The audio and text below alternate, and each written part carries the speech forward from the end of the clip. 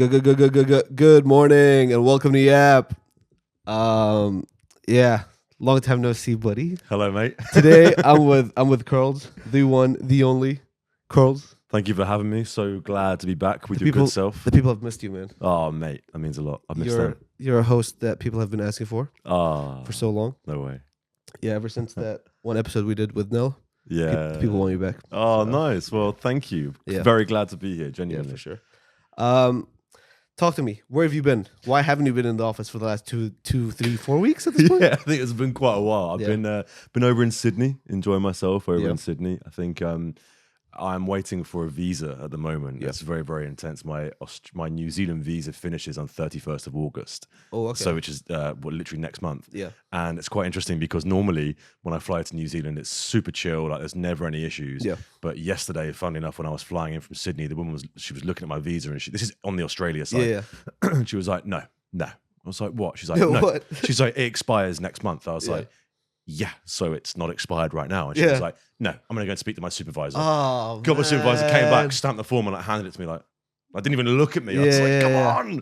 Bro, I hate corporate Karens, man. Yeah, me too, man. I get it. Like, you try and do your job, all good. But if I'm in the right, I'm in the right. Like, end of. So, yeah, not good. It's just, oh, man, I hate those kind of people. Yeah, I think it's a tricky one because it's like whenever they get they're angry, I think this isn't about me. Right? There's something else that has made you angry today or recently. Probably got told off by management and now they like want to, Yeah, for sure. Always the way, man. Always. What did I get up to? Did you get up to anything over the weekend? So when did you come back here? So I literally arrived last night. Oh, yeah. So I'm still. So what's interesting for me, and this is not to complain because I genuinely, I actually messaged you about this because I actually enjoy. Believe it or not, I enjoy coming in a little bit early and doing this. I really do. I think it's a nice start to the day. But for me, I'm still 2 hours behind. So waking up at 6 today, it was like waking up at 4. You know what I mean? So it's like, whoa. But yeah, weekend was pretty relaxed. I think because in Sydney, I have a lot of friends from home. Yeah. Whereas in New Zealand, it's more people that I've kind of been friends with in the last couple of years, which is great. But then you know what it's like reuniting with someone that you've got like 15, 20 years of life history with. It's amazing. So. Yeah, man, it's been good. That's good, man. It's been good. Are you into movies at all? Yeah, sure. Okay. Yeah. I watched Deadpool yesterday. Oh, did you? Yeah. This is the new Deadpool? Yeah. Deadpool and Wolverine. Oh, and how was it? Do you want me to spoil it or? I don't. Yeah, I won't watch it. Yeah, I won't watch it. Spoiler alerts. It's so good. It's so good. It's so good. Bro, I think it's so good. It's so good. Oh, really? Wow. Bro, it's just like there's like a very like fine margin between like being super self-aware and being almost like corny. Being self-aware to the point where like, look at me, self-deprecation. Like you can only do so much self-deprecation for one movie, 2 movies. This is the 3rd now, and him being like with Hugh Jackman, like Ryan Reynolds and Hugh Jackman, it's like the perfect dynamic, man. Because one's like a very unserious talker. Yeah. The other guy's like super serious, just like shuts up. All he does is just drink. Bro, it's so good. It's so good. I love like when he breaks the 4th wall every now and then. Like especially at the like tail end of the movie, he'd like look at the camera and he'd go like, "Bear with us. This is the home stretch." Oh, right, okay, like nice. Bro, like it's that. So good. It's so good.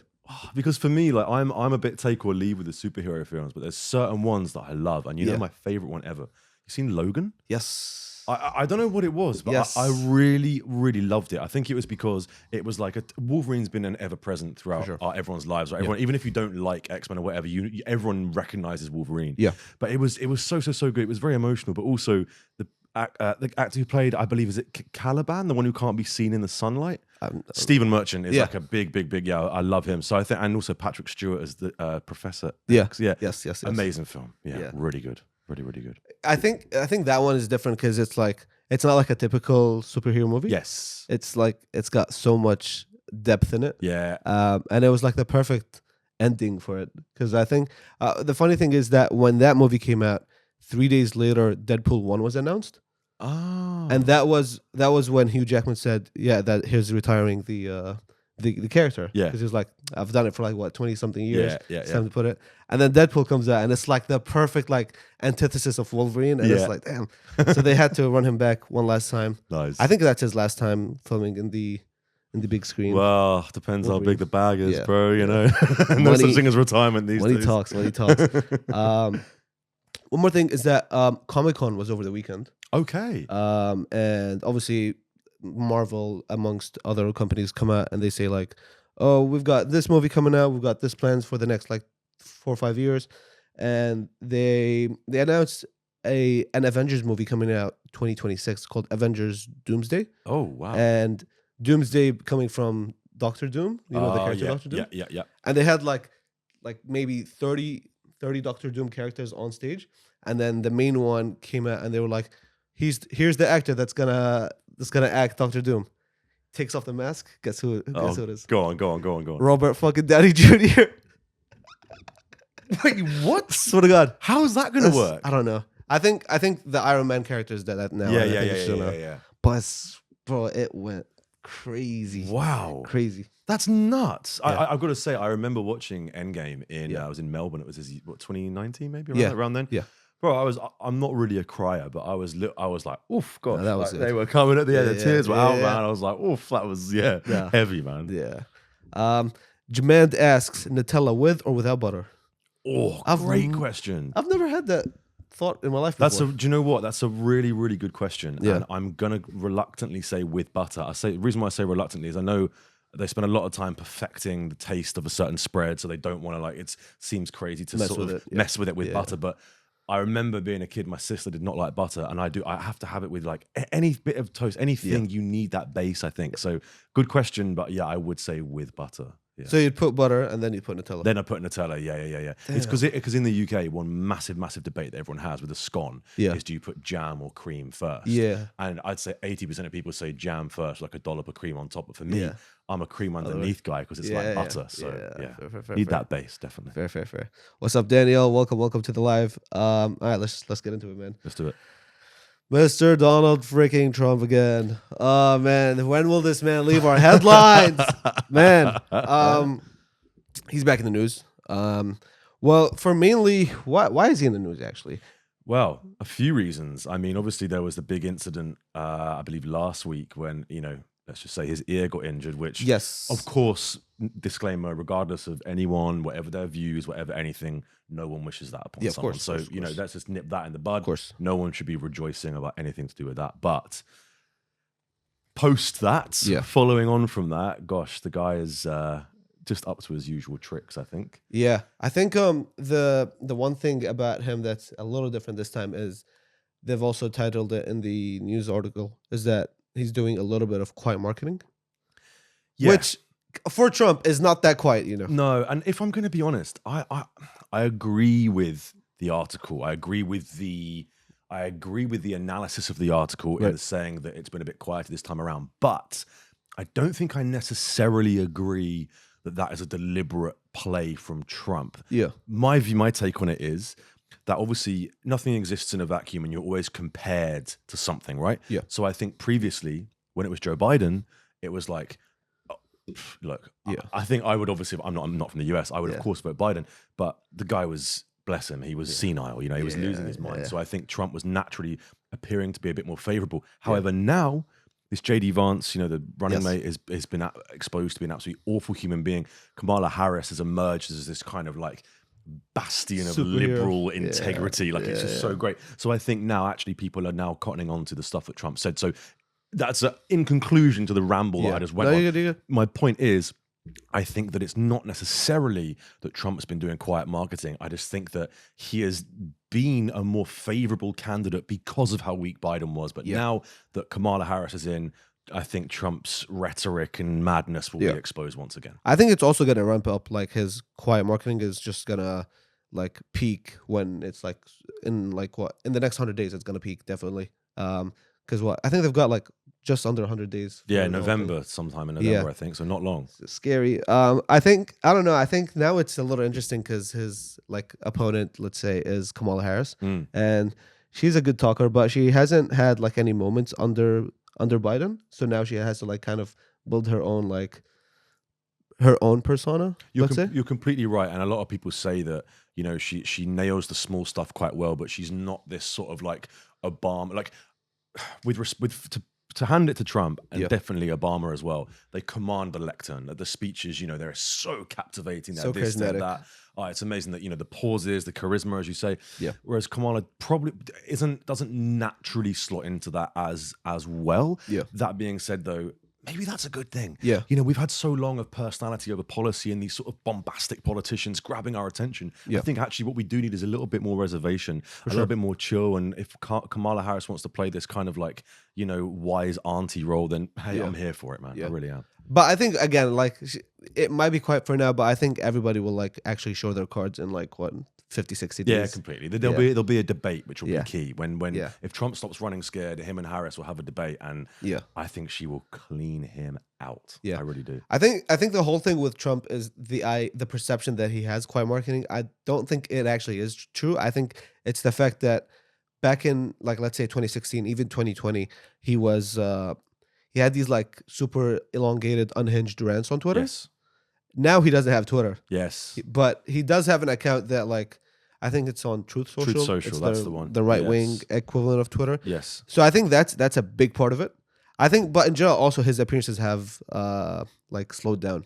He hasn't had too many appearances. No, you're right. I think one thing that I really did definitely agree with in the article is actually, I think as a society, we've just become more normalized. Sorry, it's become more normalized to us. We've become desensitized. He did a speech last week saying something like, he was basically alluding to the idea of being a dictator. I actually watched the clip. He was saying like, just vote, just this once, just now, you'll never have to vote again. And I was like, this guy is literally saying, I'm going to be a dictator, right? Yeah. And now everyone's sort of like, because I think what happens is he tries to get in the headlines. I think actually, dare I say it, it makes a bit of a strange point, but bear with me. I think a lot of his supporters don't necessarily, when they're at the rallies and they hear something like that, I don't think they're necessarily taking that as, what he's actually saying. I don't think he is. But all the media who dislike him are. Yes. So I think he's playing it perfectly because he says stuff that makes the crowd cheer. And he says stuff that gets the other side talking about him. It's like perfect polarization, honestly. Yes, it really is. He's the perfect polarizing man. You got one side loving you, the other side talking about you. Perfect. Yeah, I think. I don't know. I mean, even like with the whole like, especially the right wing, they've been pushing a lot for like, just vote this time. If you don't vote this time for us, we might have a civil war in the next 4 years, something like that. And it's like, I mean, in the grand scheme of things, presidencies don't really change too much. Like in a span of 4 years, there's a system in play that makes sure nothing crazy, nothing drastic changes. Yeah. Sure, it's going to be a little policy here and there, but like on the grand scheme of things. Well, I think you're completely right. I think they say that the president is called like something like the chief persuader or something. Yeah. Like, yes, you get persuasive powers, but unless you're going to sign executive orders, nothing too insane. That being said, I think Trump's damage was done with the Supreme Court. When he filled the Supreme Court with conservatives, they were able to overturn Roe versus Wade. Yes. I mean, I think Ruth Bader Ginsburg, RIP, on her deathbed, she literally said, don't, wait till the Supreme... Long story short, don't let Trump pick the judges. And I think that has been way more of an issue than any of his presidency. You're completely right. 4 years isn't that much time to do things. However, people do become emboldened. People do become more proud of their views. So, let's hope he doesn't get in. Let's be honest. Yeah. I think it's really interesting, just to like wrap this one up real quick. It's really interesting because both candidates right now have like a lot of momentum with them. Like obviously Trump is like at his peak right now, like momentum wise, but even Kamala, like people did not see that she'd be like the running man, let's say, quote unquote. Like not even just that. I think the perfect coincidence of like memes coming alongside her way. Like, you didn't fall off a coconut tree kind of thing. Like, all these like lines that people have been used to like, I don't know if it's like, it's not poke fun at her. It's like poke fun with her sort of thing. Completely. Well, look, I mean, memes are like, they are the most, essentially, if you can give one thing that makes a political point and it's got hundreds of thousands of likes, well, that beats years of campaigning, knocking on doors. If you can sum it up in one funny picture, you're done. I think it's also just one last thing is that in the debate, or like the whole dynamic is going to be fun because on one hand, you've got a convicted felon, and on the other hand, you've got the prosecutor. Like, exactly. So it's crazy. That's wild, man. I think she's even like started to point that out. Yeah, she's like, oh, throughout my whole life, I've dealt with predators, burglars, criminals, cheaters. Yeah. So like, this isn't nothing new to her, I guess. But yeah, that's Trump and Kamala. Beautiful. Good luck to both of you, I guess. Yeah. I don't know. More so Kamala. I mean, I shouldn't take a political stance, but yeah, not a fan of Trump. Next, why toy movies are a marketing goldmine. I mean, the proof is like the whole thing is in the title. Like, it's just, man, are you a fan of like animated toyish movies? I mean, I'm certainly not against them. I remember this is a strange example, but I remember being a kid and they brought out the video game of Lego. Like, it was like Lego Racer, there's Lego Star Wars and that sort of stuff. And I sort of thought, okay, this is interesting. And now, as you say, they're bringing out more and more toy movies. And I mean, Toy Story is a separate, you can't really class that because that was a movie before it was a toy or before they were toys. But yeah, there's not that many that spring to mind, really. There's more and more now, but years ago, not a great deal. I think, like the newest one or the latest, biggest one was Barbie. Yes, that's unbelievable. Yeah. Like, you got like a heritage brand that like not needed, but like did a lot with a boost. And now like every Gen Alpha girl is like with a Barbie. Yeah. But yeah, honestly, the big one for me was the Lego movie. Yeah. The original Lego movie. Everything is awesome. I mean, yeah. I like it because I think so often now, even as someone who I like a lot of the superhero films, I dislike some of them. I or just find them a bit sort of.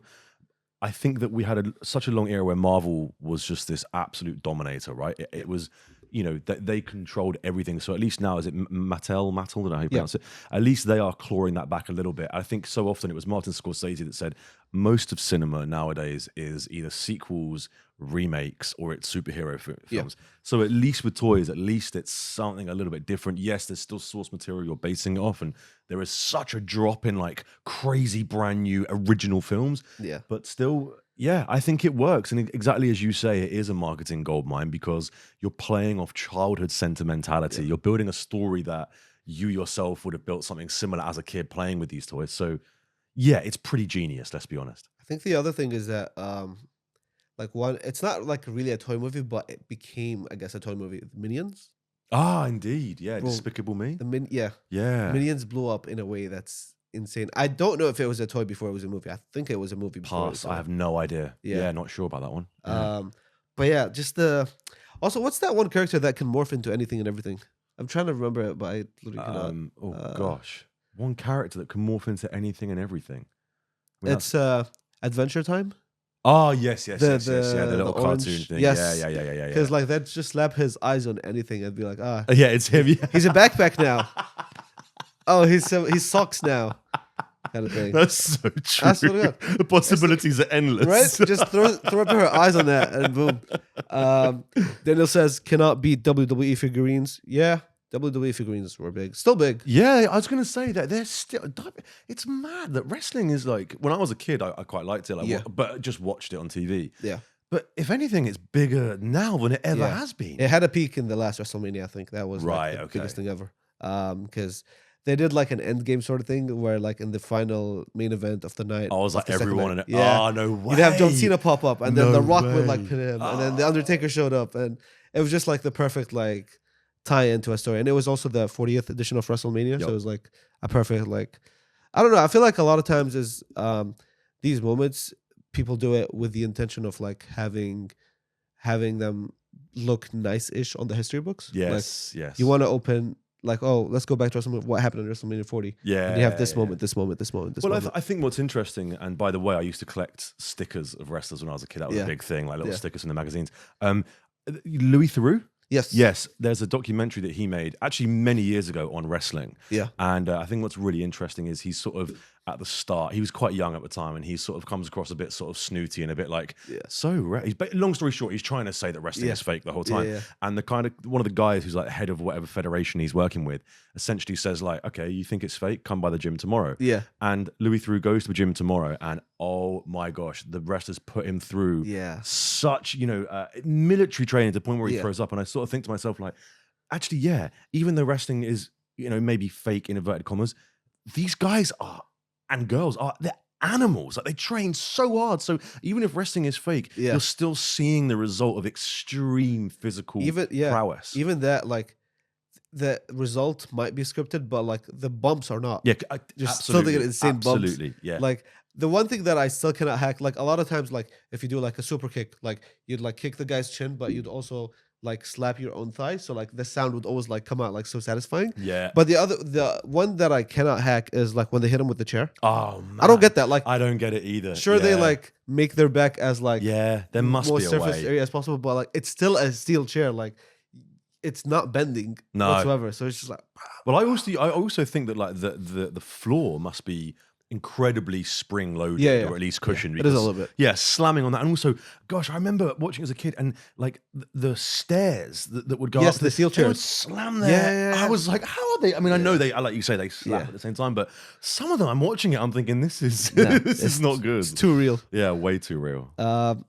Yeah, I think with the whole toy movie thing, it's just like a win-win. If you get like a good winning story, then adults are interested, or like the parents of the kids that are with them in the cinemas, they're invested. Yeah. And then suddenly you're like more open to buying a toy, I guess, because ideally you want your kid to shut up at the end of the day. Completely. So if I think as well, what's interesting is that like essentially, as I say, going back to what I said about source material, it's everyone is just making films out of things that are already existing, which is great. But I wonder if there's something deeper to that. I don't know if I'm being a bit too philosophical here, but these sort of, old style Tarantino films, there's a lot of like shooting, a lot of, I wonder if we're now getting so far removed from sort of like the late 19th, early of 20th century that those films are just becoming a little less relevant. I don't know if that, maybe I'm just reading way too much into it, but it just seems like we're looking at a happier landscape of movies, which I don't know if that's a good thing. I don't know. I feel like the one thing that comes to mind is that it might be like too risky.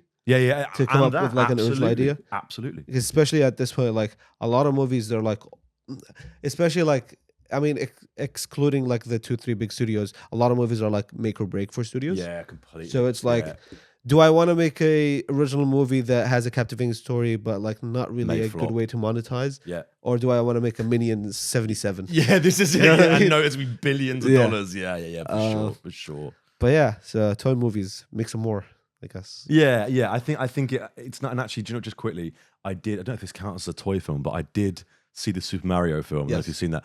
I really enjoyed it. Yeah, I did. It was a lot of fun. Dude, I have not watched that to this day. Oh, really? I need to watch it. Look, it's not a must watch, but hey, it's a nice hour and a half of fun. I'll get to it. I'll get to it. I'll watch it if you watch Deadpool. Deal. Done. All right, say no more. All right. Well, guys, with that being said, thank you so much for tuning into the YAP podcast. Carlos, do you have any last words? Guys, it's Monday. Get out there, smash the week. Before you know it, Saturday will be upon us. I promise you. Absolutely. What he said. Thank you so much. We'll see you tomorrow. Bye. Thank you.